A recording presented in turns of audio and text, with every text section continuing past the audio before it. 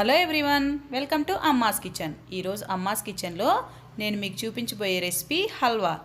కార్న్ఫ్లోర్తో నేను చెప్పిన కొలతలతో చాలా ఈజీగా హల్వాని తయారు చేసుకోవచ్చు. ప్రాసెస్ స్టార్ట్ చేసేద్దాం. ముందుగా ఒక బౌల్ తీసుకొని అందులో 1 కప్ కార్న్ఫ్లోర్ వేసుకుందాం. ఇప్పుడు ఈ 1 కప్ కార్న్ఫ్లోర్లో 2 కప్స్ వాటర్ పోసుకొని ఉండలు లేకుండా చక్కగా మిక్స్ చేసుకోండి. 1 కప్ కార్న్ఫ్లోర్కి 2 కప్స్ వాటర్ తీసుకోవాలి.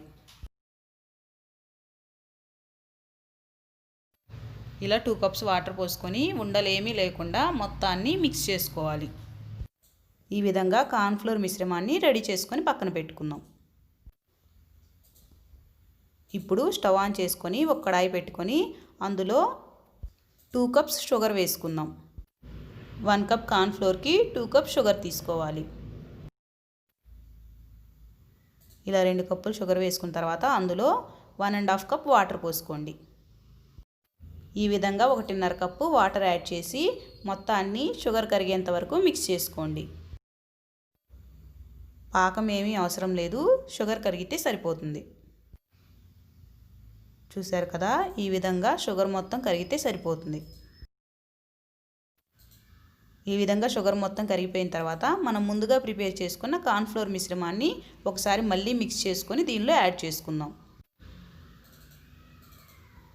కార్న్ఫ్లోర్ మిశ్రమం యాడ్ చేసిన తర్వాత దీన్ని ఇలా మిక్స్ చేసుకుంటూ ఉడికించుకోవాలి. మంటను మీడియం ఫ్లేమ్లో పెట్టుకొని ఈ విధంగా మిక్స్ చేసుకుంటూ ఉడికించుకోవాలి. ఈ విధంగా గరిటెతో తిప్పుకుంటూ ఈ మిశ్రమాన్ని ఉడికించుకోవాలి. చాలా తక్కువ ఇంగ్రీడియంట్స్తో మనం ఈ హల్వా తయారు చేసుకోవచ్చు అండ్ చాలా ఈజీ కూడా.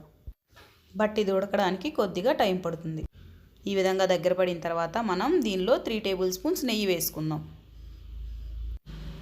నెయ్యిని యాడ్ చేసుకొని మరలా మిక్స్ చేసుకుంటూ కొద్దిసేపు ఉడికించుకోవాలి. ఫ్లేమ్ని సిమ్లో కానీ మీడియం ఫ్లేమ్లో కానీ పెట్టుకొని ఈ విధంగా మిక్స్ చేసుకుంటూ కుక్ చేసుకోవాలి. మీకు చూపిస్తున్న కన్సిస్టెన్సీలోకి వచ్చిన తర్వాత ఇప్పుడు దీనిలో ఫుడ్ కలర్ యాడ్ చేద్దాం. నేను ఆరెంజ్ కలర్ ఫుడ్ కలర్ వేసుకున్నాను. మీరు కావాలంటే వేరే కలర్ అయినా యాడ్ చేసుకోవచ్చు. హల్వా కలర్ఫుల్గా రావాలంటే మనం కొద్దిగా ఫుడ్ కలర్ యాడ్ చేయాలి. చూస్తున్నారు కదా మిశ్రమం ఎంత కలర్ఫుల్గా వస్తుందో. ఫుడ్ కలర్ యాడ్ చేసిన తర్వాత కూడా మొత్తాన్ని మిక్స్ చేసుకొని మరో 2 నిమిషాల పాటు ఉడికించుకోండి. ఇప్పుడు ఈ మిశ్రమంలో 1/2 టేబుల్ స్పూన్ యాలకుల పొడి వేసుకుందాం. యాలకుల పొడి వల్ల మన హల్వాకి మంచి ఫ్లేవర్ వస్తుంది. మొత్తాన్ని ఒకసారి మిక్స్ చేసుకొని ఇప్పుడు దీనిలో సన్నగా తరిగి పెట్టుకున్న డ్రై ఫ్రూట్స్ యాడ్ చేసుకుందాం. నేను బాదం జీడిపప్పు వేసుకున్నాను. ఈ విధంగా చిన్న చిన్న ముక్కలుగా కట్ చేసుకొని డ్రై ఫ్రూట్స్ని యాడ్ చేసుకోండి. డ్రై ఫ్రూట్స్ యాడ్ చేసుకొని మొత్తాన్ని ఒకసారి మిక్స్ చేసుకుందాం. ఇప్పుడు ఈ మిశ్రమంలో 1/2 టేబుల్ స్పూన్ నిమ్మకాయ రసం వేసుకుందాం. ఇలా నిమ్మకాయ రసం యాడ్ చేయడం వల్ల స్వీట్ గట్టి పడకుండా 1-2 డేస్ ఆగిన తర్వాత కూడా సాఫ్ట్గా ఉంటుంది. 1/2 టేబుల్ స్పూన్ నిమ్మరసం కాబట్టి మనకి పులుపు కూడా రాదు. నిమ్మరసం కూడా యాడ్ చేసుకొని మొత్తాన్ని మరొకసారి మిక్స్ చేసుకుందాం. ఇప్పుడు ఈ మిశ్రమాన్ని మనం నెయ్యి అప్లై చేసిన ప్లేట్లో వేసుకోవాలి. ఈ విధంగా ఒక ప్లేట్ తీసుకొని దానికి నెయ్యి అప్లై చేసుకోండి.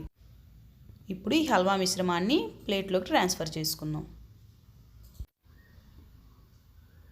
ఈ విధంగా మొత్తాన్ని ఈవెన్గా స్ప్రెడ్ చేసుకోండి. ఇలా మొత్తాన్ని ఈవెన్గా స్ప్రెడ్ చేసుకొని మీరు కావాలంటే మరికొన్ని డ్రై ఫ్రూట్స్ పైన యాడ్ చేసుకోండి. ఈ విధంగా డ్రై ఫ్రూట్స్ కూడా యాడ్ చేసుకున్న తర్వాత ఈ మిశ్రమాన్ని ఒక అరగంట నుంచి గంట పాటు పూర్తిగా చల్లబడనివ్వాలి.